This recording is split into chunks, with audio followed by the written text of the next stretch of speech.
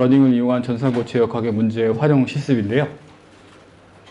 우선 두 개 키워드만 좀 말씀드리면 이제 오퍼레이터 러닝이라는 걸 말씀드릴 거고, 거기에 근데 그 중에서 피직스 인폼들을 말할 겁니다. 그래서 아마 요즘에 인공지능 관련해서 화두가 많이 되고 있는데, 인공지능 기술 중에 한 브랜치인데 브랜치고요. 그래서 피직스 인폼드라는 것은 인공지능의 기존의 데이터를 기존의 뉴럴 네트워크를 데이터를 갖고 학습을 많이 시키는데, 피직스라는 게 들어가면 데이터 대신에 어떤 가버니케이션, 지배 방정식을 통해서 학습을 시키는 방법을 가리키고요.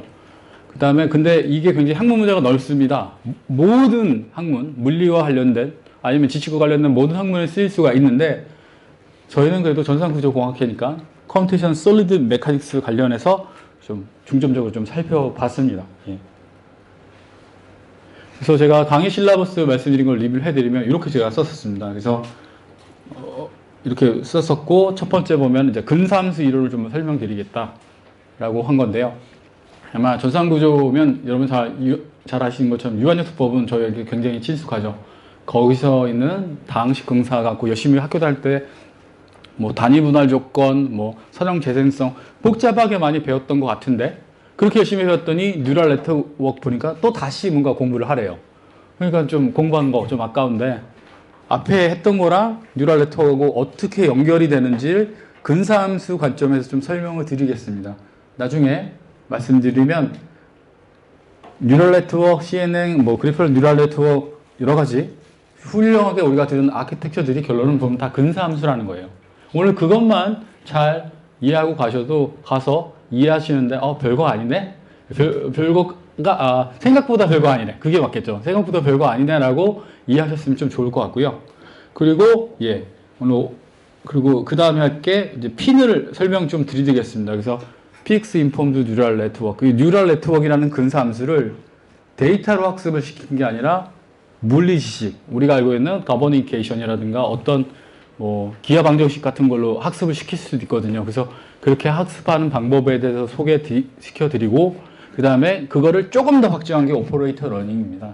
그래서 아마 오퍼레이터 러닝이라는 얘기를 들었을 때, 야, 핀도 힘들어 죽겠는데 오퍼레이터 러닝은 뭐냐? 모르겠다. 이렇게 말씀하실 수 있는 건데, 사람들이 그렇게만 좀 예쁘게 이름을 붙인 거예요. 그냥 여기는 핀은 뉴럴 네트워크 대신에 뉴럴 네트워크를 수정한 디보넷이라고 하는 조금 더 일반화된 근사함수를 사용하는 것밖에 없습니다. 같은 거예요. 그래서 사람들이 보면 핀은 쉬운데 오퍼레이터는 어렵다, 이렇게 생각하시는 분들인데, 그게 절대 아니라는 걸 좀 말씀을 드립니다. 결론은 근사함수 하나 좀 바꿨을 뿐이라고 말씀드리고요.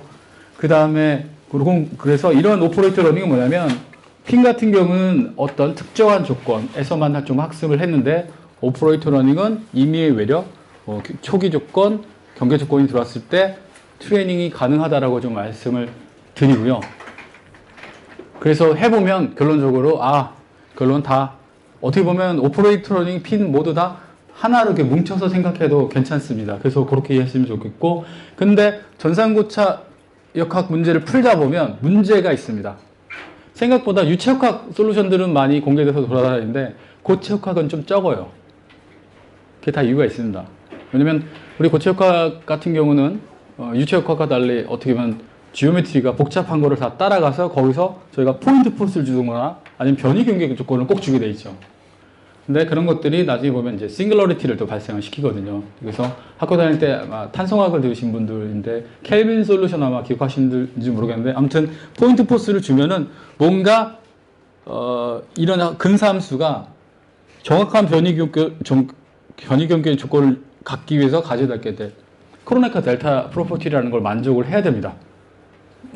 여기서만 1이고 나머지는 0. 근데 뉴럴 네트워크 자체가 그 애를 만족하지가 않아요. 그렇기 때문에 전산고체역학 문제에서 피직스 인폼드 뉴럴 네트워크를 사용을 하면 뭔가 수렴이 잘 안 되는 문제가 있습니다. 수렴이 떨어지는 거죠. 수렴이 된다 하더라도. 그래서 그거를 극복하는 방법을 소개해 드리고, 그리고 여러 가지 설명을 드린 다음에 결론적으로 예제가 중요하죠. 예제를 이용을 해서 전산고체역학의 가장 사람들이 어려워하는 문제 중에 하나, 크랙이죠. 크랙 싱글러리티를 어떻게 표현해서 해석을 하는지. 그 다음에 그 외에도 뭐 결함 탐지라든가, 그 다음에 다중물리 해석을 어떻게 하는지에 대해서 토익 유젠플을 통해서 설명을 드리고 하도록 하겠습니다. 예. 그리고 간단하게 저 소개를 말씀드리면 저는 이제 학위를 2006년에 받았는데요. 2006년에 받은 거고 제 학위 논문이 이제 이동 최고 제소법 기반 유한 요소 및 그의 응용이었습니다. 그래서 정통 전산구조 역학이었고, 근데 이제 이동 최고 근데 제소법이 뭐냐면 이제 지금 혹시 무요소법이라든가 메시 프리 메소드를 아시는 분들이 계실지 모르겠지만 그 방법에서는 형사함수를 피스와이즈 폴리노미얼을 쓴 게 아니라 어떤 스무스하게 리그레션을 하는 그런 이동 최고 제소 근사 함수를 썼었어요. 근데 이 함수가 특징이 뉴럴 네트워크하고 굉장히 비슷합니다. 그래서 저 같은 경우는 그래서 이해하는데 굉장히 도움이 또 많이 되고 있습니다. 그래서 요거 제가 배웠던 거 지식과 뉴럴 네트워크와 상사성도 좀 얘기하면서 설명드리도록 하겠습니다. 예, 저희 자료 만드는 학생들이고요. 예, 그래서 오늘 강의 컨텐츠 이렇게 진행하도록 하겠습니다. 우선 근사함수 이론, 요게 페이지 한 40쪽 정도 되는데요. 뭐 그리 어렵게 설명할 건 아닙니다. 너무 걱정하지 마시고요. 그 다음에 리뷰 온 피직스 인폼드 뉴럴 네트워크, 그래서 요거를 한 50분 하고 10분 쉬겠습니다. 그런 다음에 이제 이렇게 하고, 근데 핀이라는 것을 하다 보면 이제 많이 기술이 공개되어 있고 코드가 많이 오픈되어 있죠. 근데 실패하신 분들이 꽤 있으실 텐데, 아니면 잘 모르신 분도 계실 거고, 근데 학습을 하는데 좀 문제가 있습니다. 그래서 학습을 하기 위한 약간 노하우라는 걸 좀 설명드리고요. 그러면서 오퍼레이터 러닝, 피직스 인폼드 오퍼레이터 러닝 말씀드리겠습니다. 그리고 이 핀하고 이그젠플 같은 경우는 이제 저희 실습에서 다룰 건데, 여기는 제가 문제적이면 빠르게 설명하도록 하겠습니다. 그래서 50분, 10분 쉬고, 50분, 10분 쉬고, 마지막 1시간은 실습하도록 하겠습니다. 예, 근사함수입니다. 예, 우리 근사함수 되었죠. 36쪽이라는 숫자가 좀 이제 약간 버겁긴 한데, 듣다 보면 금방 시간 지나갑니다. 자, 우리 학교 다닐 때 폴리노미얼 리그레션 배웠습니다. 그죠? 기계공학이나 이제 구조 관련된 학과들은 보통 3학년 때 수치 해석이라는 걸 배우죠. 그러면서 최소제곱법 많이 배우셨을 거예요. 같은 겁니다. 그래서 최소제곱법인데 이걸 어떻게 하는지 한번 리뷰를 좀 해보겠습니다. 공간상에 이 푼도였을까요? 공간상에 이런 스캐터드 된 데이터가 있습니다. 이거를 너무 데이터가 너무 많아서 얘를 차원을 축약을 해볼게요. 차원을 축약하는 방법 여러 가지 있지만 그냥 가장 얘를 표현할 수 있는 특성 커브를 한번 뽑아본다고 생각할 수도 있겠죠. 그래서 우리가 할 수 있는 방법은 처음에 가장 저희가 친숙한 이런 다항식 근사를 사용하도록 할 수 있죠. 파라미터 두 개만 사용하면 어떤 컨스턴트, 코에피션트 두 개에다가 베이시스 1하고 x 넣어서 이렇게 컴팩트하게 세타 트랜스포즈 x에서 이런 식으로 많이 씁니다. 이렇게 하죠. 그래서 커브 피팅하면 대충 이렇게 나올 거예요. 하지만 에러는 많아 보이죠. 그래서 저희가 차원을 하면 변수를 하나 더 파라미터를 올려보도록 하겠습니다. 파라미터를 하나 더 이렇게 하게 되면 얘도 이제 커브 피팅을 어느 정도 좀 하겠죠. 예, 이렇게 되고요. 그 다음에 또 좀 더 너니어티를 증가하기 위해서 폴리노미얼 코에피션트를 하나 더 쓰고 베이시스를 더 이렇게 올립니다. 그래서 이렇게 되면 결론적으로 이런 것들을 우리가 이제 커브 피팅이라고 불러왔고, 또 다른 관점에서 보면 많은 데이터를 파라미터 3개 또는 4개 갖고 완벽하게 근사할 수 있다라고 얘기를 하죠. 그래서 뭐 어떻게 보면 디멘션 차원 축소라고도 생각할 수도 있는데, 이런 과정에서 우리가 이 코에피션트를 어떻게 결정했죠? 혹시 기억? 예, 그래서 코에피션트를 이렇게 일단 여기 써놓은 다음에 여기 있는 모델 파라미터 이 4개는 아직 픽스된 상태가 아닙니다. 그래서 어떻게 이거를 픽스해서 고정을 하냐라고 하면, 어떤 애가 가상으로 잡은 이런 직선에다가 공간상에 있는 이 데이터의 차이를 만듭니다. 그럼 이게 오차죠. 오차를 제곱하죠. 오차를 제곱한 다음에 이런 걸 로스 펑션이라고 놓은 상태에서 이 로스를 최소화하게 되는 걸 찾는 거죠. 그래서 이런 로스가 있는데 아그민, 그래서 로스를 미니마이즈 하는 아구멘트를 리턴해라 라고 하면 이 세타가 세타 스타로 딱 되게 되면서 이제 y는 x 세미콜론에 세타라고 썼던 게 세타 스타로 이제 바뀌는 거죠. 그럼 커브 피팅이 이렇게 완성이 되는 거고요. 그러면 그 다음에 우리가 할 게 뭐죠? 이런 개수를 구하고 나면 그 다음에 어떤 임의의 x를 집어넣었을 때 우리가 전체 필드를 갖다가 표현할 수 있는 그런 완벽한 커브 피팅이 이루어지게 되는 거죠. 이게 이제 학교 다닐 때 거 잠깐 복습해 드렸습니다. 그래서 이 아그맹 오퍼레이션은 제가 굉장히 좋아하는 표현인데요. 결론적으로 우리는 요거만 잘하면 됩니다. 요거만 잘하면 돼요. 여기 이제 공간상에 이제 오차를 최고화해서. 자, 그런데 이거를 차원을 올려볼게요. 아까 데이터는 y는 x에 관한 그런 어떻게 보면 그래프였고 차원을 하나 더 올리겠습니다. 그러니까 g equal function of x, y 이렇게 할게요. 변수가 하나 올라갔죠. 그렇게 되면 조금 더 생각해야 될 게 좀 있습니다. 뭐 유한연습법에서 많이 보던 파스칼 삼각형이라 뭐 큰 문제는 없으실 텐데 이런 걸 할 때는 우리가 어떻게 되냐면 어떤 펑션이 있으면 베이시스를 1, x 뿐만 아니라 y도 고려해야 되고 그 다음에 x의 고차를 올리려면 고차 제곱 이렇게 막 갔던 것 같아요. 그 다음에 뭐 제곱 3승 4승 이렇게 갔고 그 다음에 커플드 텀 해서 이렇게 삼각형을 그려놓고 완벽하게 이렇게 컴플리트 폴리노미널을 다 사용해야 된다고 우리가 유한연습법 할 때 많이 배웠던 것 같습니다. 그래서 이렇게 완벽하게 차수가 다 있으면 K는 폴리노미널 디그리 1차를 갖는다. 여기가 다 있으면 2차를 갖는 거고 만약에 이 중에 하나라도 우리가 미싱하게 되면 그건 이제 컴플리트 폴리노미널을 갖고 있는 게 아니죠. 그렇죠? 근데 뭐 이렇게 할 수도 있는데요. 만약에 이걸 제가 어떤 지금 2차원의 변수, 독립변수를 사용하는데 만약에 3차원이나 4차원이나 더 고차원으로 가면요. 어떻게 할까요? 고차원에 관한 파스칼의 삼각형 보신 적이 있는지요? 고차원이 되면 이제 저희 머리는 생각이 안 되죠. 어떻게 표현할 수 있는 건 이게 2차원인데 이런 폴리노미얼 리그레스 한계는 뭐냐면요. 그러니까 굉장히 이해하기 쉽고 자명한데 이제 고차원으로 올릴 때가 문제가 생깁니다.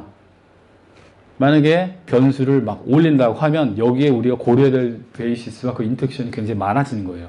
그렇게 되면 좀 굉장히 정신없죠. 그래서 이런 걸 갖다가 고차원 데이터를 이게 충분히 좋은 함수이긴 한데 고차원 데이터를 다루기에는 좀 한계가 있다라고 사람들이 표현을 하고 있습니다. 어찌됐든 간에 저렇게 해서 우리가 컴플리트 폴리노미널을 만족을 하면 유한연습법의 그 형상함수가 그런 특징을 만족을 하면 요거 전성구 교수님께 말씀드리면 스트레인 에너지죠. 그래서 메쉬의 메쉬 사이즈가 h면 메쉬를 자개나면 자개날수록 에러는 수렴을 하고 그 다음에 뭐 에러는 스트레인 에너지 에러는 이렇게 2k승으로 그 다음에 변이는 k 플러스 1승으로 수렴한다고 우리가 배웠던 것 같습니다. 이게 이렇게 표현할 수도 있죠. 그래서 메쉬를 잘게 쭉 짜려면 에러는 어떻게 쭉 일어난다, 줄어든다 라고 하고요. 또 하나 또 이렇게 모노토닉하게 컨버지 하기 위해서는 또 컴플리트니스나 컴패터빌리티를 만족을 해야 된다고 우리가 또 배웠는데 컴플리트니스를 완전성이라고 하는데 좀 말씀드리면 이거는 리지드 바디 모드와 컨스탄트 스트레인 스테이트를 표현할 수 있냐 없냐로 이제 시작을 하게 됩니다. 그래서 첫 번째 거는 수학적으로는 이제 단위분할 조건, 공간을 표현하는 쉐입 펑션의 썸이 어느 임의의 x를 찍어도 공간에 어딜 찍어도 1을 만족해야 되고요.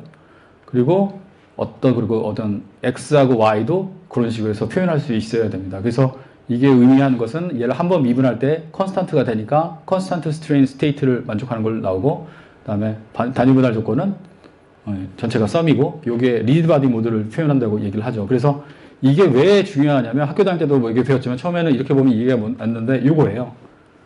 어떤 빔이 있는데 내가 힘을 주겠습니다. 그럼 처짐이 일어나겠죠. 이런 식으로 처짐이 일어나겠죠. 처짐이 일어나는데 요 끝에 있는 것들은 스트레인이 생겨야 되나요? 말아야 되나요? 힘을 줬으면 여기는 힘이 스트레인 에너지를 받아야 되는 게 맞습니다. 스트레인이 생깁니다. 힘을 받기 때문에. 근데 여기는 트랙션 프리 조건이죠. 그래서 스트레인 에너지가 저기에 축적이 되면 안 돼요.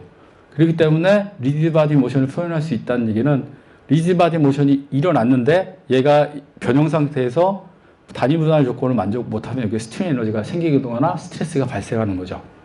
그렇기 때문에 우리가 학교 다닐 때 이거 열심히 봤던 것 같고 또 다른 말로는 엘리멘트를 개발하고 나서 리지드 바디 모션을 표현할 수 있는지 아이겐밸류 어널리시스 해서 두 개의 병준 운동과 인플레인 로테이션을 표현할 수 있는지 아이겐밸류 어널리시스 통해서 이 강성 행렬을 이렇게 체크하기도 합니다. 아무튼 예 그렇고요. 그래서 마지막으로 말씀드리면 그리고 또 컴패터빌리티도 배웠던 것 같아요. 왼쪽과 오른쪽 이제 그 유명한 패치 테스트인데 왼쪽 같은 경우는 이제 요소를 개발하고서 하는 것들이거든요. 그래서 4절점 유한 요소를 이렇게 패치를 만들어 놓고 잡아 당겨서 컨스탄트 스트레스나 스트레인 필드가 나오는지 확인해 봅니다. 이게 바로 아까 말씀드렸던 선형 재성성하고 관련이 있고요. 두 번째, 이 문제 한번 보도록 하겠습니다. 갑자기 유한요소 수업 시간이 된 것 같은데.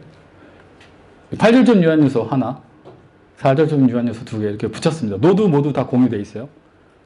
혹시 유한요소법 수업 들었던 친구는 대답해 줄 수 있을 것 같은데 앞에 있으니까 좀 질문할게요.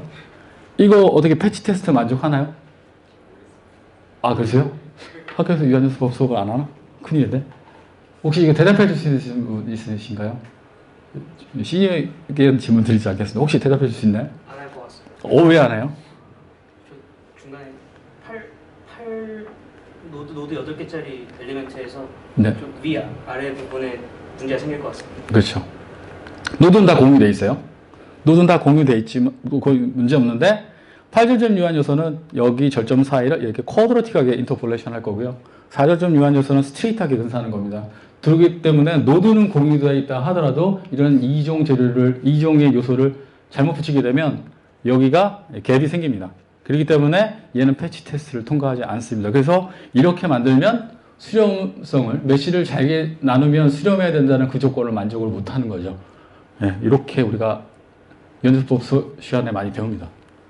그래서 이렇게 만들어 놓고 나서 마지막으로 뭐 패치 테스트, 이렇게 뭐 패치 다시 만들고 나서 심플 텐션과 포 슈어를 줬을 때 그게 정말 나오는지 한번 체크했던 것 같아요.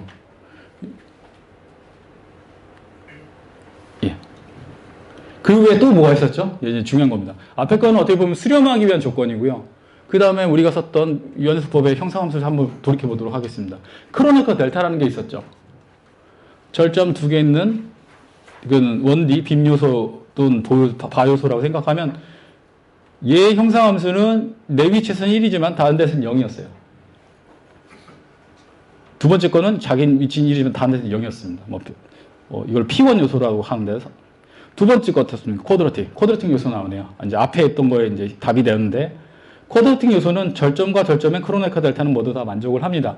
그렇지만 중간은 다 인터폴레이션이 약간 쿼드러틱 하는 거고요. 그럼에도 불구하고 얘네들은 모두 다 크로네커 델타는 만족을 시킬 수가 있어요. 그렇기 때문에 내가 어떤 요소에 이 군데에 내 힘을 뭐 5만큼 주고 싶어서 5를 딱 주면 5가 정확하게 딱 들어가는 거예요. 그런데 이거 한번 보도록 하겠습니다. 오른쪽에 있는 거는 이제 무빙 리스트 스퀘어 인터폴레이션, 아까 제가 말씀드렸던 건데요. 과거 제가 학위 논문 때 썼다는 건데 어떤 공간상의 점이 있는 상태에서 선형 폴리노미널을 사용을 해보면 피스와이즈 리니어 인터폴레이션이죠. 피스와이즈를 이렇게 딱딱 크로네커 델타나 그 포인트를 지나가면서 뭔가 근사가 나올 텐데 무빙 리스트 스퀘어 인터폴레이션을 사용하면 뉴럴 네트워크가 형상함수 특징이 비슷하다고 했죠. 이 데이터를 정확하게 따라가는 게 아니라 스무스하게 커브 피팅을 합니다. 그래서 트렌드는 오버롤하게 잘 맞는데 로컬하게 점을 딱 찍으면 정확하게 나오나요? 안 나오나요? 이게 안 나오는 거예요. 그렇기 때문에 이거를 만족을 못하기 때문에 우리가 평소에 전산 고체역학에서 어떤 곳에서 포인트 포스를 딱 주고 싶은데 이걸 만족 못하기 때문에 이런 특징 때문에 나중에 수렴이 또 되지가 않습니다. 그래서 이런 걸 해결하기 위해서 나중에 오늘 그 토익 엑젬플 나오는 E핀이라는 거, 이그젝트 디리실리 바운더리 핀이라는 게 있는데 그런 것도 소개해 드릴 건데요. 아무튼 이런 문제를 해결을 해야 전산고체역학 어플리케이션을 용이하게 할 수가 있습니다. 더 잘할 수 있습니다. 예. 제가 이제 뉴럴 네트워크로 넘어오도록 하겠습니다. 뉴럴 네트워크. 이런 그림 많이 보셨죠? 뭔가 인풋 뉴런, 아웃풋 뉴런 있고, 그 안에 히든 레이어가 있고, 중간에 이제 컨스턴트 바이어스 텀을 안 보여주는데, 뭐 친절하게 좀 넣어왔습니다. 이런 뉴럴 네트워크를 갖다가 이렇게 보통 학교 다니나 어느 강의에 가도 이렇게 하고 인풋과 아웃풋 간의 상관관계를 맺어주는 함수입니다. 이렇게 배웠어요. 인풋 벡터, 아웃풋 벡터 있고 그 다음에 모달 파라메터가 어떻게 써지는데 이 모달 파라메터를 결정하면 됩니다라고 배웠던 것 같아요. 근데 처음에 저도 배울 때 좀 너무 막막했어요. 우리는 깔끔하게 익스플리시트하게 쓰는 걸 좋아하거든요. 근데 얘는 안 써주면서 잘 이렇게 하래요. 근데 이제 코딩을 좀 배웠던 저도 처음에 좀 약간 경계심이 들었던 게 정체가 모르는 얘를 어떻게 믿고 우리가 이걸 갖다가 근사를 할 것인지 좀 마음에 안 들어 했는데 쓰라고 하면 쓸 수 있습니다. 이런 식으로요. 제가 써봤습니다. 그래서 인터넷에 있는 강의 뭐 여러 가지 지식을 이용을 해서 제가 한번 써봤는데 이런 거죠. 첫 번째 히든 레이어의 첫 번째 노드에 들어가는 것들은 앞에 있는 것들의 웨이티드 썸으로 들어가고 거기에 바이어스를 더하면 된다. 이렇게 쓸 수가 있습니다. 두 번째 것도 그렇게 쓸 수가 있어요. 그런 다음에 얘를 그냥 하는 게 아니라 non-linear activation function. 이거 뭔지 아시나요? non-linear activation 유명한 거? 뭔지 아시나요? 이 하이퍼블릭 타입인가요? 전 시그모이드 같긴 한데, 예, 네, 시그모이드라는 겁니다. 그래서 이 값을 한번 비선형성을 주기 위해서 한번 뒤틀어요. 그런 다음에 어떻게 해요? 그 다음에 다시 웨이티드 썸을 똑같이 하면 됩니다. 이런 식으로 전달해야 되는 거죠. 그렇게 되면 input x1, x2에 관해서 y1, y2가 어떻게 되는지 익스플리시트하게 썼습니다. 그러니까 써지라고 하면 쓸 수가 있는 거예요. 예. 그런데 형태를 보면 어떤 약간 분수함수 꼴이죠. 앞에 피스와이즈 폴리노미라는 너무 깔끔해서 베이시스하고 코이피션트를 벡터군만 하면 깔끔하게 됐었는데 여기는 뭔가 복잡해지니까 그렇게 못 쓰니까 이런 식으로 쓰기 시작합니다. x 넣고 세미콜론 넣고 모델 파라미터 세타 이런 식으로 이렇게 근사하는 거예요. 그럼 이거는 하실 수 있을까요? 예, 레이어 인풋 아웃풋 3개 하고 히든 레이어 돼도 됩니다. 쓸 수 있을 거예요. 열심히 노력하면 쓸 수 있어요. 이렇게 써서 해도 돼요. 그런데 본질은 이게 아닙니다. 말하고자 하는 것은 이게 아니라 이거죠. 인풋이 차원이 10차원 되고 아웃풋이 10차원 되고 뭐 여기 4차원이네요. 4차원 되고 그 다음에 중간 레이어가 10개가 되면 이거 어떻게 써보실 수 있으시겠어요? 써보라고 학생들한테 가르치게 되면 우리는 굉장히 이제 학생들이 뭐라고 하겠죠. 그런 거예요. 그런데 X가 있다고 하면 Y를 알 수 있을까요? 결론적으로 쓸 수는 없지만 알 수 있을까요? 근데 가능할 것도 같아요. 왜냐면 우리는 여기 관계는 확실하게 잘 알아요. 그죠? 그 다음에 얘네들 사이의 관계도 알죠. 왜냐면 리니어 썸에다가 바이어스 넣을 거고 그 다음에 한 다음에 여기 다음에 우리 뭐 할 거예요? non-linear activation 걸 거죠. 비성성을 표현하기 위해서. 그렇게 하는 겁니다. 그래서 인공지능 강의 노트를 처음에 들었을 때 저도 처음에 이해를 못했는데 이제 요즘 와서 좀 아는 것 같아요. 그래서 뭐냐면 이 전체 관계를 익스프레스가 쓸 수는 없을지언정 관계를 뭐 임플리시트하게 표현될지언정 로컬한 관계는 자명하게 알고 있으니 왼쪽 정보를 오른쪽으로 전달하는 것은 굉장히 자명합니다. 어떻게 보면 뉴런이 왼쪽에서 오른쪽으로 정보를 전달하듯이 이런 식으로 한 번 한 다음에 그 다음 뭐 해야 될까요? 정보가 일로 왔죠? 그 다음에 또 어떻게 될까요? 여기 값에서 전달돼서 새로운 값으로 됐으니 이 값을 또 오른쪽으로 전달하면 되겠죠. 그죠? 이거죠. 이걸 그 다음에 반복을 쭉쭉쭉 합니다. 그래서 딱 하게 되면 이런 식으로. 그래서 이거 인공지능 교과서에 보면 이게 포워드 프로포게이션 말을 쓰는데 이게 그 말입니다. 정보를 익스프레스 쓸 수는 없어도 왼쪽에서 오른쪽으로 한 레이어씩 순차적으로 전달하다 보면 마지막 값에 도달할 수 있다는 거고 뭐 거꾸로 하게 되면 뭐 백워드 프로포게이션 뭐 이런 뜻이겠죠. 그래서 이런 식으로 좀 이해하시면 더 좋을 것 같습니다. 자, 그런데 이런 것들을 뭐 수식으로도 쓸 수 있어요. 수식으로 해서 뭐 첫 번째 레이어의 관계는 뭐 이렇게 인풋 레이어, 그 다음에 히든 레이어 관계를 뭐 이런 식으로 쓸 수도 있겠죠. 그래서 논문을 보시다 보면 뭔가 복잡하게 이렇게 돼 있는 것들 수식들이 많은데 결론적으로 하는 것들은 한 레이어 관계를 계속 순차적으로 쓴다, 연쇄적으로 쓴 다음에 이런 식으로 표현할 수밖에 없었다는 거. 논문을 보실 때 그래서 이런 것도 나오면 사람들이 처음에 기겁부터 하고 시작하는데 생각보다 겁낼 건 아니다. 하나씩 보다 보면 그런 겁니다. 예. 자, 근데 이건 또 재밌는 특징이 하나 있습니다. 좋은 특징이 있죠. 그래서 Universal Function Approximation Theorem. 그래서 뉴럴 네트워크 하면 항상 배우는 거죠. 뭐냐면 써 있어요. 수학적으로 있는 건데 어떤 함수를 우리가 이런 시그모이드 있고 웨이트 썸하고 이런 코에피션트가 있는데 얘를 이거를 한 번 하는 게 아니라 여러 번 쭉 하다 보면 Universal Function Approximation Theorem이라면 어떠한 연속적인 함수를 모두 다 표현할 수 있답니다. 예, 그래서 수학적으로 증명이 돼 있어요. 그렇기 때문에 유니버셜 하면서 굉장히 파워풀할 거라고 생각을 하는 거죠. 어떤 것도 잘 표현할 수가 있다. 연속적인 거는 그렇게 표현하는데 이제 여기에 너무 심취하시면 안 됩니다. 이제 단점이 있는데 되긴 되는데 일단 느리고요. 느리게 따라갈 겁니다. 그래서 수렴성의 문제가 있다는 게 일단 자체적으로 좀 학습 속도가 그리 빠르지 않습니다. 그 다음에 두 번째는 뭐냐면 아까 말씀드렸던 크로노코 어떤 거 예를 스무스하게 모든 걸 표현하거든요. 그렇기 때문에 아까 크로니카 델타 같은 경우는 만족을 하지 못하죠. 그런 문제가 또 있는 거예요. 그래서 어떻게 보면 굉장히 이름은 수학적으로 아름답고 탄탄한 백그라운드를 갖고 있는데 우리가 그걸 쓰기에는 부족한 거예요. 그렇기 때문에 아직 전산고체역학 어플리케이션이 유체역학보다 조금 덜 나온 거라고 저는 생각을 좀 하고 있습니다. 예.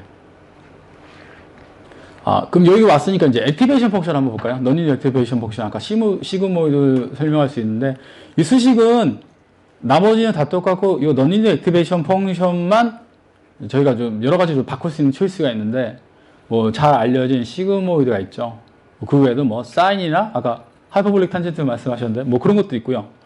뭐 요즘에 또 뜨고 있는 뭐 렐루 있고 리키엘류 있고 뭐 여러 가지 ELU도 있고 요즘에 또 구글넷에서 사용하고 있는 요와 비슷한 형태를 갖는 뭐 스위시라는 뭐 그런 것도 있습니다. 요즘에 굉장히 초이스가 달라요. 초이스가 다른데 그것 때문에 뭐가 좀 바뀔까요? 성능의 차이가 있을까요? 라고 고민할 수가 있죠. 한번 토익 example로 한번 풀어보도록 하겠습니다. 다음은 그 시그모이드를 이용해서 한번 문제를 풀어본 거예요. 시그모이드라는 러닝 액스프레션을 고정시킨 다음에 레이어를 하나, 그 다음에 뭐 두 개, 뭐 세 개에서 한번 커브 피팅을 좀 해봤습니다. 첫 번째 같은 경우는 우리가 너니리어티를 표현하긴 하지만 레이어가 짧죠. 레이어가 깊지 않죠. 그렇기 때문에 뭐 이런 식으로 하는데 커브를 제대로 못 따라가고 있죠. 그죠? 예, 커브가. 두 번째 거는 어떻습니까? 레이어 하나 올렸더니 뭔가 비사정성이 레이어가 하나가 있는데 하나가 더 되면 비사정성이 곱해지면서 표현력이 풍부해지겠죠. 그러면서 약간 비슷하게 따라가는 것 같아요. 근데 여기 아직도 오차가 좀 있고 그 다음에 레이어를 하나 더 올렸더니 뭔가 조금 더 나은 것 같죠. 계속 레이어를 적당히 올리면 데이터가 충분히 이건 많은 거기 때문에 뭐 4개나 5개 하면 거의 비슷하게 잘 따라가긴 할 겁니다. 예. 근데 그럼 이 정도면 충분한데 왜 너니리어 액티베이션 펑션을 바꿀까요? 라고 하다 보면 렐루 한번 보도록 하겠습니다. 렐루 굉장히 특이하죠. 어떻게 보면 렐루 같은 경우는 어떻게 보면 이런 식으로 근본적으로 이런 너니리어 액티베이션 피처 자체가 이렇게 좀 생겼죠. 그래서 0보다 클 때는 어떤 x를 갖지만 뒤쪽에는 제로라는 특징을 갖는데 하다 보면 또 커브 피팅이 되게 됐는데 뭔가 약간 딱딱딱 부러지는 그러한 느낌이 납니다. 그래서 그런 식으로 좀 따라가는 특징이 있고요. 그래서 이런 거 갖다가 너니리어 액티베이션 종류별로 다 서머리 해보면 단 것 같습니다. 레이어 하나일 때, 레이어가 적을 때 보면 이 중에 어떤 게 가장 잘 따라가는 것 같으세요? 일단 시그모이드는 좀 아닌 것 같고요. 그죠? 그 다음에 ELU 뭐 아니면 뭐 렐루도 있고 뭐 이 중에 같은 너니리어 액티베이션 펑션이면 뭐 데이터 특징에 따라 왔다 하겠지만 시그모이드가 항상 베스트는 아닌 것 같고요. 레이어가 두 개일 때는요. 여전히 시그모이드는 조금 정신을 못 차리고 있긴 한데 뭐 다른 것들은 조금 더 잘 따라가려고 노력을 하는 것 같습니다. 예. 그리고 이거 세 개가 되면 다 비슷비슷한데 탄젠트 하이퍼볼릭은 좀 아직도 아닌 것 같죠. 그죠? 예, 이런 것들이 있죠. 그러면 뭐 4개나 5개 더 늘릴 수도 있겠지만 사람들은 가급적이면 적당한 수의 레이어에서 얘가 잘 따라가길 원해요. 문제마다. 그리고 모든 문제가 하나로 하면 제일 좋겠지만 어떤 예를 들어서 휠리어 시리즈 같은 문제 같은 경우는 탄젠트 하이퍼볼릭 말고 아까 사인 x도 나왔는데 사인 같은 걸 하면 굉장히 잘 따라간다고 알려져 있고요. 그러니까 문제마다 얘네들을 좀 바꿔가면서 로스 펑션이 제일 줄어들게 하는 얘를 찾아야 되는 문제도 좀 있습니다. 약간 귀찮기도 하죠. 그래서 우리가 이런 과정을 1년의 과정을 뭐라 그러죠? 하이퍼 파라미터 튜닝이라는 말로 부릅니다. 그래서 액티베이션 펑션도 바꿔보고 레이어도 바꿔보면서 로스가 제일 적어지는 걸로 따라가게 하는 그런 것들인 거죠. 그래서 그렇게 이해하시면 좋을 것 같습니다. 자, 그래서 이제 CNN으로 넘어갈게요. 많이 지났죠? CNN은 이미지 갖고 하니까 절대 근삼수라고 표현하기 쉽지 않을 텐데 라고 생각할 수 있으실 것 같아서 토익 example을 한번 준비해 봤습니다. 어떤 4x4 픽셀 이미지예요. 이미지 4x4 너무 작긴 한데 그래서 설명하기엔 최고 좋습니다. 다음과 같이 이제 필터 3x3 필터를 이용해서 우리가 로컬하게 컨볼루션 하죠. 로컬한 정보가 이 필터 사이즈도 하이퍼 파라메트이기 때문에 3x3이나 5x5 바꿀 수도 있지만 웨이트를 컨볼루션 하죠. 그렇게 되면 어떻게 돼요? 3x3랑 3x3 왼쪽을 컨볼루션해서 H1이 나올 거고 H도 스트라이드가 1,1이니까 이렇게 해서 두 번째가 나올 거고 아래도 이렇게 나올 거고 뭐 이렇게 H1, H2, H3, H4를 쓸 수가 있어요. 이 상태에서 요거에 멈추는 게 아니라 우린 뭐 하죠? 뭐 시그모이드나 여기서 렐로 시그모이드 쓰게 되면 런닝 액티베이션에서 비선항성을 줘서 새로운 걸로 나왔죠. 그 다음에 마지막에 Y를 결정할 때는 각각의 각각의 웨이트를 또 곱해서 이런 식으로 썸하면 또 쓸 수가 있습니다. 자, 결론. CNN은 이미지로 하기 때문에 근삼수로 쓰기가 표현하지 없을 거라고 생각하시는 분도 있지만 특정한 케이스 써보면 쓸 수가 있어요. 근데 우리는 이렇게 쓰나요, 안 쓰나요? 안 쓰죠. 그래서 말씀드리고 싶은 건 결론적으로 얘도 근사함수일 거다. 근사했을 건데 얘를 근사하게 하면 뭐 복잡한 것들이 많겠지만 이렇게 쓸 수가 있다라는 거죠. 그래서 어떤 x라는 임의의 값이 있을 때 모델 파라미터 세타가 있는데 이거를 근사함수로 해서 어떤 인풋과 아웃풋의 관계를 표현하라고 노력하는 거다라고 설명을 드립니다.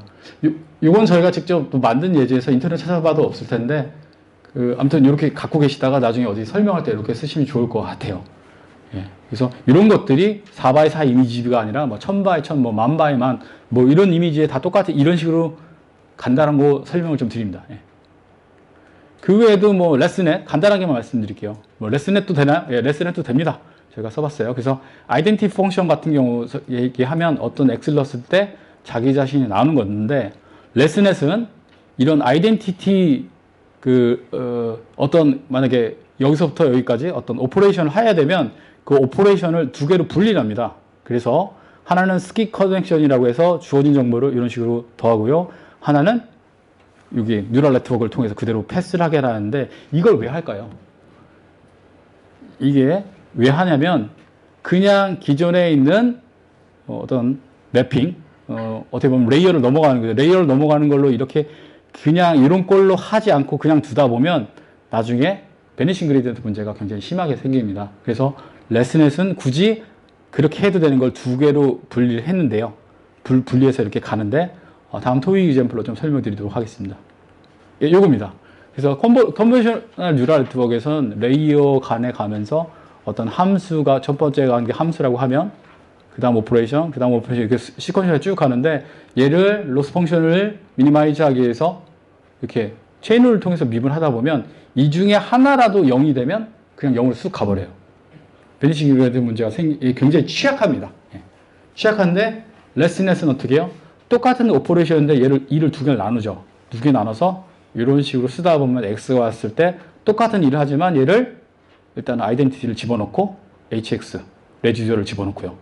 이런 식으로 한 번 이렇게 끝난 게 아니라 한 번 더 하죠. 그래서 똑같은 일을 이렇게 쭉 반복하다 보면 나중에 체인으로 밉을 할 때 이 관계가 이런 식으로 써집니다. 이런 식으로 뒤에 1이 남아요. 1이 남기 때문에 이 중에 앞에 있는 어떤 하나가 0으로 가더라도 여기가 1이 있어서 얘가 베니싱 그레디언트 문제가 생기는 걸 굉장히 잘 잡아주고 있습니다. 그래서 많이 쓰는 거고요. 결론적으로 말씀드리고 싶은 거는 뭐냐면 여긴 크게 특별하게 설명 드리진 않을 텐데 결론적으로 그 레슨넷도 이런 식으로 하다 보면 이렇게 근삼수꼴로 유도할 수가 있고 레슨넷도 모두 다 어프록시메이션 펑션일 뿐이다 라고 설명을 드립니다. 예. 그 다음에 GNN 특별히 깊이 있게 얘기하진 않을 텐데 이것도 컨볼루션인데 그 CNN 같은 경우는 어떻게 했죠? 어떤 컨볼루션을 할 때 중요한 피처가 로컬하게 모여 있다고 생각을 해서 3x3 필터를 이렇게 컨볼루션 하면서 이렇게 지나갔고 그래픽al 뉴럴 네트워크는 그렇게 하는 게 아니라 근처에 있는 것만 아니라 커넥티비티가 있는 것들 유연해소법에서 메시랑 비슷해요. 1번은 2번, 3번, 4번하고 관계 있지만 4번은 2번하고 관계가 있을까요? 없을까요? 직접적인 관계는 없습니다. 예, 그런 겁니다. 그래서 그걸 표현하는 게 이게 어드전스트 매트릭스라고 해서 인포메이션을 모을 때 뭐 이런 식으로 한다. 근데 얘도 쭉 계산을 해보면 근사함수이다. 저희가 학생들하고 일일이 다 썼습니다. 결론은 근사함수라는 것만 기억을 좀 하십시오. 예. 자, 그러면 좀 다른 계열인 RNN으로 넘어가도록 하겠습니다. 페이지가 한 7쪽밖에 안 남았습니다. RNN, Recurrent Neural Network이라고 하죠. 그래서 이런 거는 우리가 타임 시리즈 데이터 다룰 때 굉장히 파워풀하게 쓰는데, 뭐 기본적으로 얘들은 시퀀셜한 데이터라는 게 있습니다. 뭐가 연속적으로 계속 이어질 거라고 생각하는 거죠. 뭐 피리오딕 펑션이라고 생각해 주셔도 좋은데, 뭐 텍스트도 있고, 뭐 오디오 시그널도 있고, 스펙트로그램도 있고, 어떤 뭐 진동 같은 경우 계측 시간 데이터, 뭐 그런 것도 좀 있습니다. 계측 시간 데이터 주기적으로 들어오는 이런 거 있을 수 있겠죠. 그러면 RNN에서는 어떻게 하냐면, RNN은 이런 거죠. 인풋 레이어하고 아웃풋 레이어를 이렇게 바꿔 뒤집어 놓은 거예요. 원래는 왼쪽에서 오른쪽 썼는데 걔를 뒤집도록 하겠습니다. 그래서 X하고 Y가 있고요. X는 여기는 뉴런 하나가 아니라 어떤 벡터 데이터입니다. 그래서 아까 요 뒤쪽으로 뭐 뉴런이 한 뭐 100개 이렇게 생각하셔도 돼요. 아웃풋도 뭐 적당한 사이즈로 있다고 생각하시면 되고요. 그러면 얘는 뭘 표현할 수 있냐? 어떤 타임 시그널 데이터가 있으면 타임 시그널 데이터에서 제가 스냅샷을 딱 찍으면 이 데이터가 만약에 샘플링 프리퀀시라는 말 아시는지 모르겠는데, 어떤 데이터를 계측할 때 만약에 1000Hz라고 말하면 데이터가 1초 안에 몇 개가 들어있나요? 1000개가 들어있죠. 네, 1000개가 들어있습니다. 그래서 이게 1000개 데이터를 한 번에 받는 거다라고 이해하시면 좋고, 뭐 나머지도 마찬가지입니다. 1000개 데이터를 이렇게 쭉 해서 학습을 시키는 거죠. 학습을 시키고 나면, 문제는 이렇게 학습시키고 나서 그 다음에 요 다음에 데이터가 뭘 거야 라고 물어보면 얘가 이 패턴을 인식을 해서 오른쪽처럼 인퍼런스를 할 수 있는 거죠. 그래서 이 데이터는 이승철 교수님 잠깐 나가셨는데, 이승철 교수님 강의 노트가 너무 좋아서 이걸 좀 갖고 왔습니다. 그래서 보면 이런 식으로 해서 미래를 예측하고, 그 다음에 뉴럴 네트워크 요 사이즈만 학습이 됐거든요. 근데 여기를 예측했죠. 그러면 다음에 학습은 어떻게 돼요? 뉴럴 네트워크는 또 그러면 약간 타임을 이렇게 해서 이걸 인풋으로 집어넣으면 그 다음 스텝을 또 예측할 수 있겠죠. 이런 식으로 계속 조금씩 움직이면서 이렇게 예측을 할 수가 있습니다. 그래서 이게 바로 이제 타임 시리즈에서 리커런트 뉴럴 네트워크인데요. 이것도 열심히 써보면 함수를 쓸 수 있다는 거, 근사 함수를 쓸 수 있다는 거고요. 그런데 기본적으로 이 전제의 조건은 뭐냐면 데이터가 시퀀셜하다는 특징이 있어요. 데이터가 연쇄적으로 뭔가 계속 일어날 거다. 중간에 큰 점프 없이. 그렇기 때문에 이 패턴을 갖고 다음을 예측을 한 겁니다. 이게 타임 시리즈의 특징인데요. 이런 걸 이용해서 뭐 LSTM도 가능합니다. 그래서 인풋, 아웃풋 아까랑 똑같은데 단점이 있다면, 아까는 옆에서 봤을 때 레이어가 하나였거든요. 근데 이렇게 하면 이렇고 또 베니싱 그레이던트 문제가 좀 있답니다. 그래서 아까 그 앞에 있던 레슨에 어떻게 보면 스킵 커넥션과 같은 그런 방법을 해서 장기 상태의 정보도 킵할 수 있기 위해서 레이어 하나 더 있는 것밖에 없고요. 물론 그 안에 복잡한 오퍼레이션을 많이 합니다. 그래서 굉장히 오래된 기억들이 쓸데없는 뭐 중요한 정보들이 타임데이 정보가 현재 영향을 끼치기도 하지만, 그게 만약에 중요하지 않다면 잃어버리게 하는 포겟 게이트도 있고 뭐 이런 것도 있습니다. 그래서 일들이 굉장히 많죠. GRU도 뭐 비슷한 것들인데요. GRU는 똑같은 기능인데 앞에 LSTM에 뭔가 기능이 많다는 얘기는 파라미터가 많다는 거거든요. 파라미터가 많으면 그거를 학습을 시키기 위해서 데이터는 어떻게 될까요? 더 많아야 돼요. 그죠? 파라미터가 많으면 많을수록 할 수 있는 일이 많지만 데이터는 더 많아야 되는 거예요. 그래서 빅데이터인 경우는 문제가 아니지만 빅데이터가 아닌 문제는 약점이 될 수도 있습니다. 그래서 GRU라는 것은 그런 걸 극복하기 위해서 나온 거고, 여기에서 블로그에 가보면 이런 얘기가 있어요. GRU와 LSTM 중에 어떤 모델이 성능이 낫냐고 단정지어서 말할 수 없으며, 기존의 LSTM을 사용해서 최적화 하이퍼만 찾아낸 상황에서 굳이 GRU를 바꿀 필요는 없다. 파라미터가 좀 적어졌다고 바꿀 필요는 없고, 하지만 성능은 비슷비슷하다. 거고, 뭐 경험적으로 봤을 때 데이터의 양이 적을 때는 GRU가 좀 더 낫고, 파라미터가 적으니까요. 하지만 데이터 양이 많으면 LSTM이 낫다고도 말을 하는데, 뭐 이런 것들이 써 있습니다. 그래서 뭔가 어드밴스드 네트워크가 나오면 더 좋을 거예요. 근데 그러면 기본적으로 데이터는 더 많아야 됩니다. 그렇기 때문에 이런 거에 대해서 좀 고민을 좀 하셔야 되고, 예전에 인공지능 처음 배울 때 이제 딥러닝, 머신러닝 뭐부터 시작을 하잖아요. 그래서 머신러닝 모델 심플한 거 많고 딥러닝은 이제 레이어가 많아지면 복잡해지는데 무조건 딥러닝 모델을 쓰는 게 좋냐라고 말하면 사람들은 더 좋을 수도 있지 않을까라고 생각을 하지만, 결론적으로 우리가 근사함수 관점에서 살펴보면 데이터가 적거나 이럴 때는 딥러닝 모델을 쓸 수 없는 상황이고, 실제로 이제 벤치마크 문제 몇 개 풀어보면 딥러닝 모델이 더 안 좋은 경우도 많아요. 어떻게 보면 뭐 가우시안 리그레이션을 한다든가 그 RBF 펑션, RBF 네트워크 쓴다든가 이런 것들이 훨씬 더 좋을 때가 좀 있습니다. 그래서 심플하면서 데이터 그 상황을 잘 표현할 수 있으면 굳이 복잡한 파라미터가 많은 모델이 항상 정답은 아니다라고 뭐 설명을 좀 드립니다. 그 다음에 이제 트랜스포머로 넘어오도록 하겠습니다. 여기서 트랜스포머랑 비전 트랜스포머 설명드릴 텐데, 여기서 처음부터 이 복잡한 네트워크를 다 설명드리지 못할 거예요. 자, 눈치채셨는지 모르겠지만 아까까지는 제가 막 이렇게 써서 드렸어요. 이 악물고 써서 드렸습니다. 근데 LSTM과 딱 보시면서 이제 뭔가 제가 준비했던 거에 디테일한 수식이 없죠. 익스플리시하게 쓰려고 노력을 안 하죠. 복잡해지기 시작하니까 이제 쓰기가 쉽지 않은 거예요, 이것도. 예? 하지만 우리는 이런 얘네들 사이 관계는 정확하게 꿰고 있기 때문에 코딩하는 데는 뭐 문제가, 전문가들은 없을 겁니다. 예. 그런 것들이고요. GRD도 마찬가지고, 트랜스포머도 그런 이유에서 제가 쓰려고 한 건 아닙니다. 근데 말씀드린 건 뭐냐면, 트랜스포머의 특징만 말씀드리면, 결론적으로 타임 시리즈 관련해서 트랜스포머는 뭐 비전 트랜스포머도 있는데, 결론적으로 이제 컨볼루션을 하는데 계속 어떤 트렌드가 있다고 보는 거예요.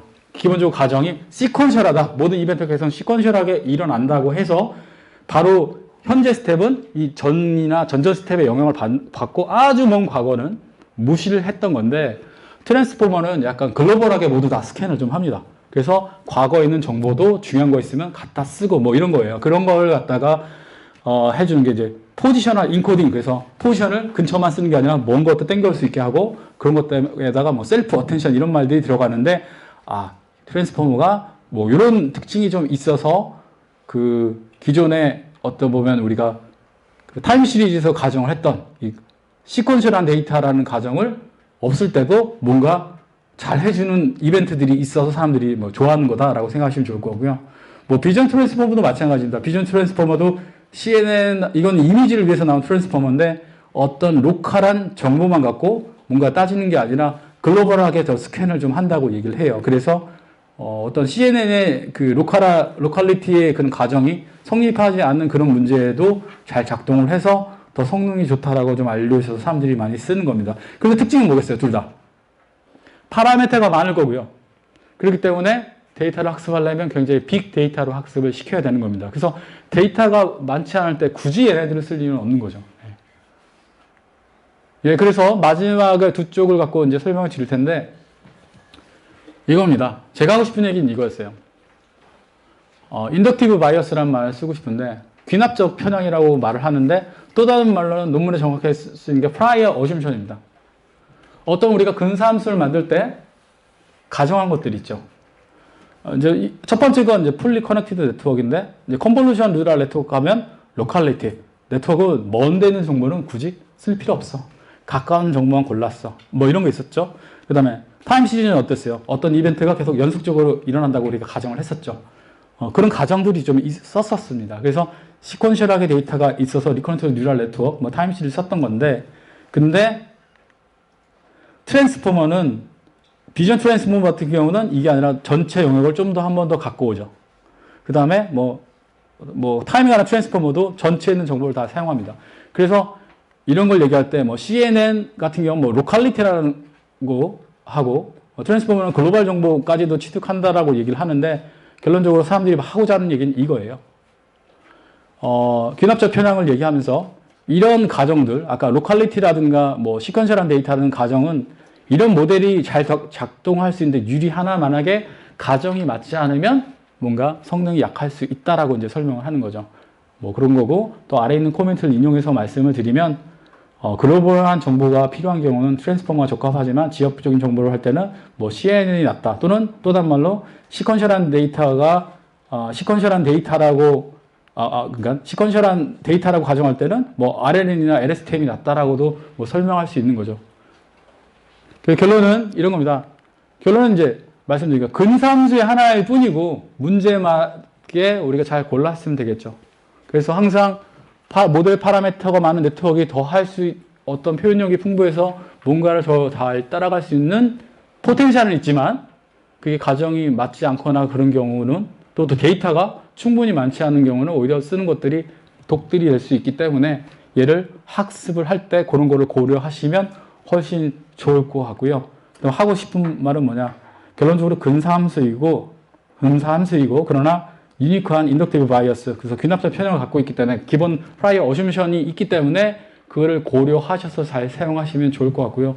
뭐 논문 같은 거를 작업하실 때 사람들이 많이 네트워크 쓰는 것들이 있잖아요. 그러면 다 나름 이유가 있는 거라고 생각하시면 좋을 것 같습니다.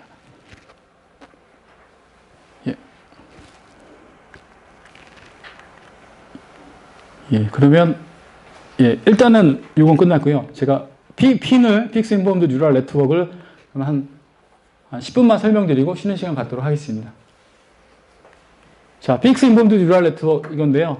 실은 지난 8월에 한번 제가 강연을 좀 했었어요. 그래서 유튜브에 제가 좀 올려놨거든요. 그래서 오늘은 그 중에 이제 복습을 위해서 필요한 부분만 딱 가르치고 디테일한 것은 동영상 필요하시면 가서 보셔도 좋을 것 같습니다.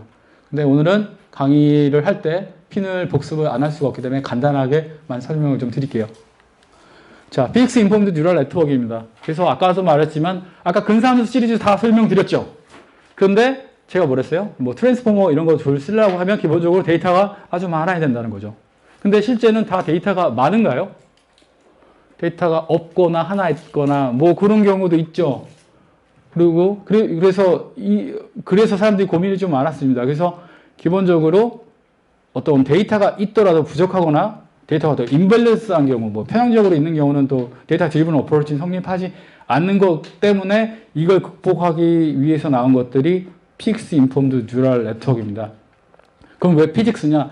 이제 저희가 생각보다 어떤 자연현상을 표현할 때 물리 법칙을 알고 있는 경우가 꽤 많거든요. 그렇기 때문에 피직스를 그냥 접두어로 써서 나온 거고, 이 논문은 2019년에 뭐 생각보다 몇 년 안 됐죠. 처음 브란드학의 조지 카니아다키스 그룹에서 해냈는데 지금 인용수가 7,000을 넘어 8,000을 달리고 있습니다. 그래서 굉장히 인공지능 분야의 핫한 분야 중 하나이기도 합니다.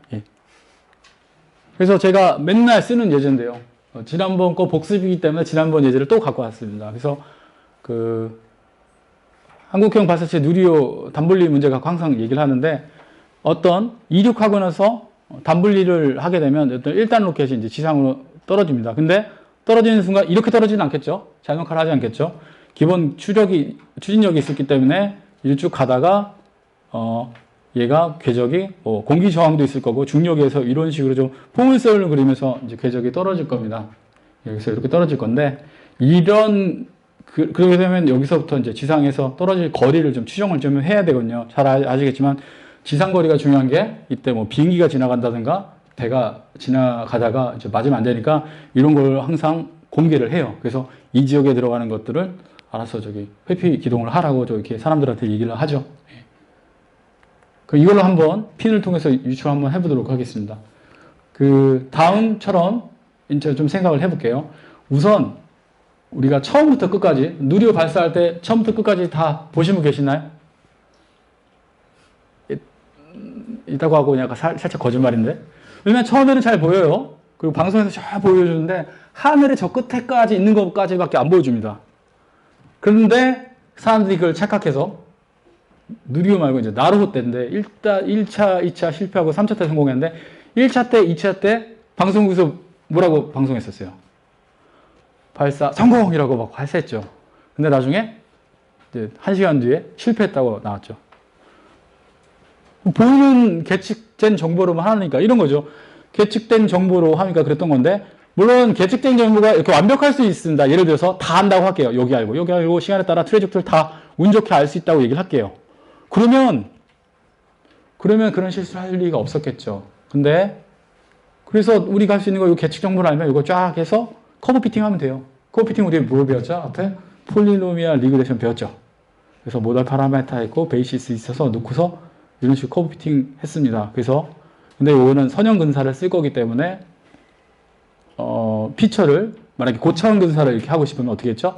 베이시스 1, t, t제곱, t3성 베이시스 인풋 피처를 제곱제곱 해서 너니니어 파라미터를 올렸고 여기 모달 파라미터 세타를 쭉 곱해서 표현을 했죠. 그 다음에 여기 주어진 데이터에 관해서 얘가 이 곡선 2를 따라가도록 아그민 오퍼레이션을 하게 되면 우리 커브 피팅이 끝나는 겁니다. 자, 끝났죠. 그래서 우리가 여기에 만약에 이미 지점에서 여기의 위치를 알고 싶다.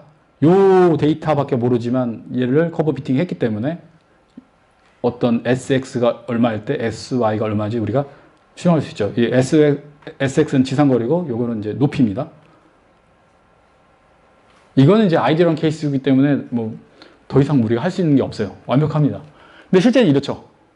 실제 아까 보셨지만 지상에서 우리가 계측했던 정보, 처음에 지상에서 카메라 바라봤을 때 사진들이 이게 몇 군데 보였죠. 몇 군데 보였을 거고 이렇게 하고 이렇게 했던 것 같아요. 그러면 이 데이터에는 기본적으로 어느 정도 노이즈가 좀 섞여 있습니다. 노이즈가 섞여 있었고 데이터도 빽빽하지 않고 스파스하죠. 그리고 보이는 데까지 했기 때문에 이 뒤는 어떻게 될지를 모르는 거죠. 그러면 이걸 어떻게 해요? 얘를 커브 피팅을 그래도 할 수 있으니까 데이터 드리븐 어프로치를 수행을 하는 거죠. 데이터 드리븐을 어프로치 수행해서 커브를 열심히 데이터가 얼마 안 되니까 열심히 또 따라가야 돼요. 쭉 따라가야 돼요. 그럼 이런 것까지 따라갈 필요 없는데 열심히 따라갑니다. 데이터가 얼마 없기 때문에 그러다 보면 어떻게 해요? 결론. 얘는 성공적으로 1단 발사체는 하늘로 우주로 날아갔다 라는 그런 결론이 내립니다. 그럼 여기서 또 나오는 게 뭐냐면 내삽은 잘 되지만 외삽은 틀리다는 게 여기서 나오는 겁니다. 그래서 우리가 또 어디서 우리가 또 뭔가 훌륭한 기술을 배웠죠. 또 뭐냐면 이 데이터 드리븐을 좀 살리기 위해서 노력을 사람들이 많이 합니다. 그래서 뭐 레귤라이제이션 하면 좀 좋다더라. 이거 너무 오버피팅 문제잖아요. 그래서 우리가 L2 레귤라이제이션 하는 거죠. 그래서 어떤 그 로스 펑션에다가 파라미터가 너무 하나가 너무 이런 오버피팅이 나면 커지는 경우가 있으니까 적당히 좀 줄이기 위해서 페널티 펑션처럼 이렇게 하나 더 추가해서 아그민 오퍼레이션 똑같이 하게 되면 조금 낫죠. 예, 정확히 따라가지는 않으니까. 그럼에도 불구하고 여전히 하늘로 우주로 올라가고 있습니다. 그래서 이건 데이터 드리븐 어프로치의 한계고요. 외삽일 때 정말 안 되는 문제가 좀 있습니다. 그러면 지금부터 두 가지 방법을 좀 쓸 건데요. 일단 폴리노미얼 리그레이션을 갖다가 MLP, 멀티레이어 펍세트는 아까 딥 뉴럴 네트워크라고 불렀던 걸 바꾸도록 하겠습니다.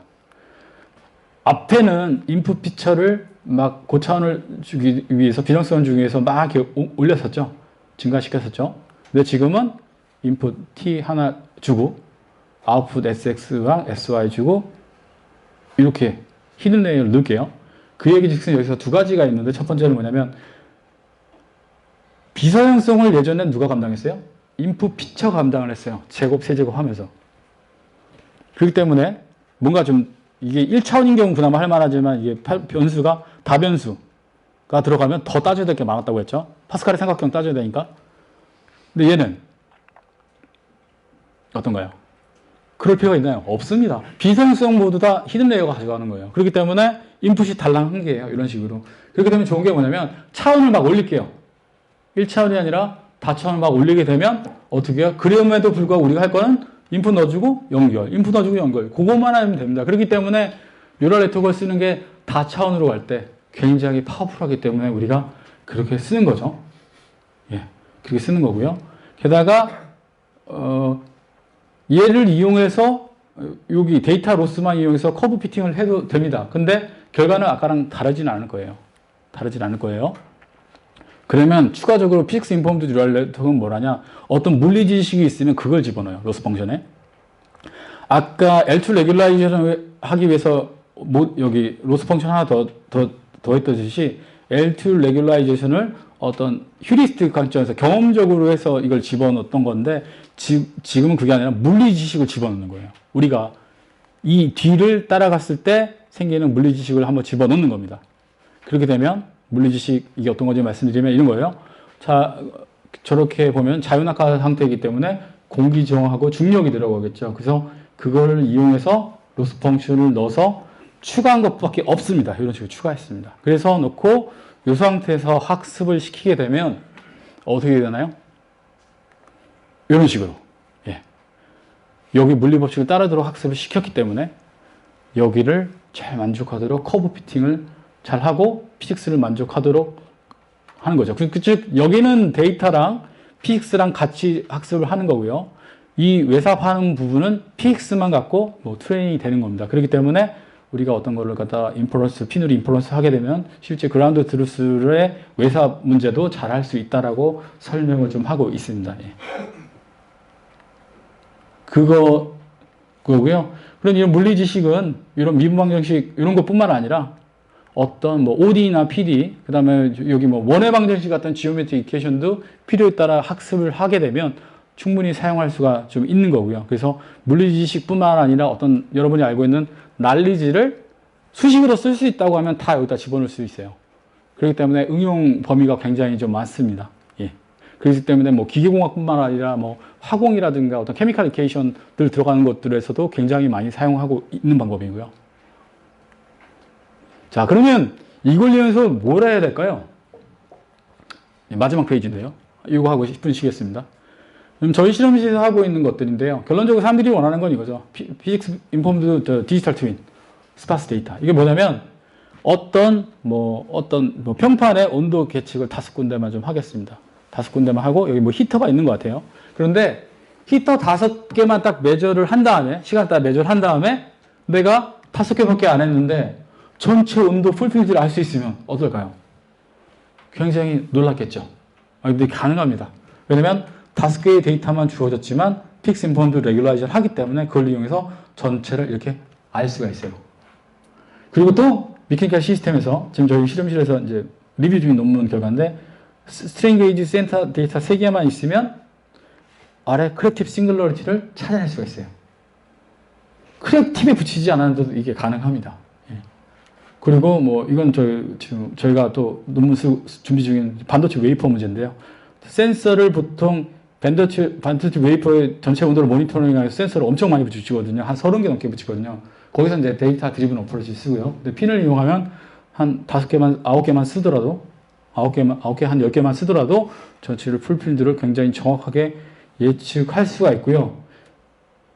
예측할 수가 있고 거기에 놀라서 근데 이제 솔버를 풀게 되면 좀 시간이 오래 걸리게 되는데 오늘 서로게임 모델을 설명드리지 않지만 서로게임 모델 형식으로 이거 포뮬레이션 하면 트레이닝 할 때는 좀 오래 걸리지만 트레이닝 끝나고 나서 여기 있는 인풋 센서만 탁 집어넣어주면 얘를 0.1초 만에 실시간으로 탁탁탁 예측을 해줍니다.